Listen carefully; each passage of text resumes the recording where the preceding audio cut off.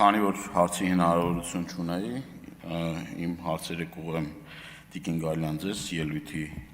տեսքով։ Ես երեք այս ամբիոնից ելույթ ունեցա եւ նշեցի, որ քրեակատարողական հիմնարկներում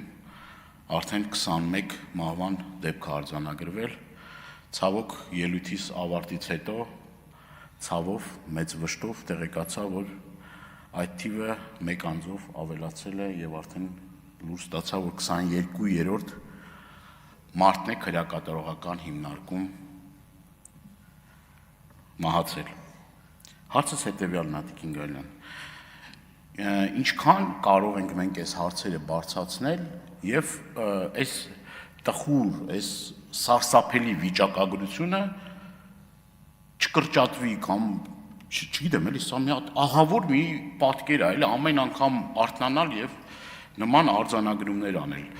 Խնդրանքս է ձեզ այս հարցի վերաբերյալ, որովհետեւ ոչ միայն ինձ այն մեր հասարակության տարբեր շերտերին հետաքրող հարցեր է, այս հարցերին խնդրում եմ պատասխանեք, ինչ միջոցներ կարող ենք ձեռնարկել, եթե կան գործիքակազմեր, որ պիտի ազգային ժողովի կողմից ընդունվի, որ այս ամեն ինչը չլինի, առաջարկեք իմանանք։ Եվ նաև ԶԼՄ-ներով շրջանառվող մի տեքստ եմ ուզում ընթերցել, ուրեմն Արմավիր քրեակատարողական հիմնարկում ինքնասպանության փորձ, ծերծկրտուկ, վնասվածք 9-ամյա դատապարտյալը փորձել է կախվել Սավանի կտորով,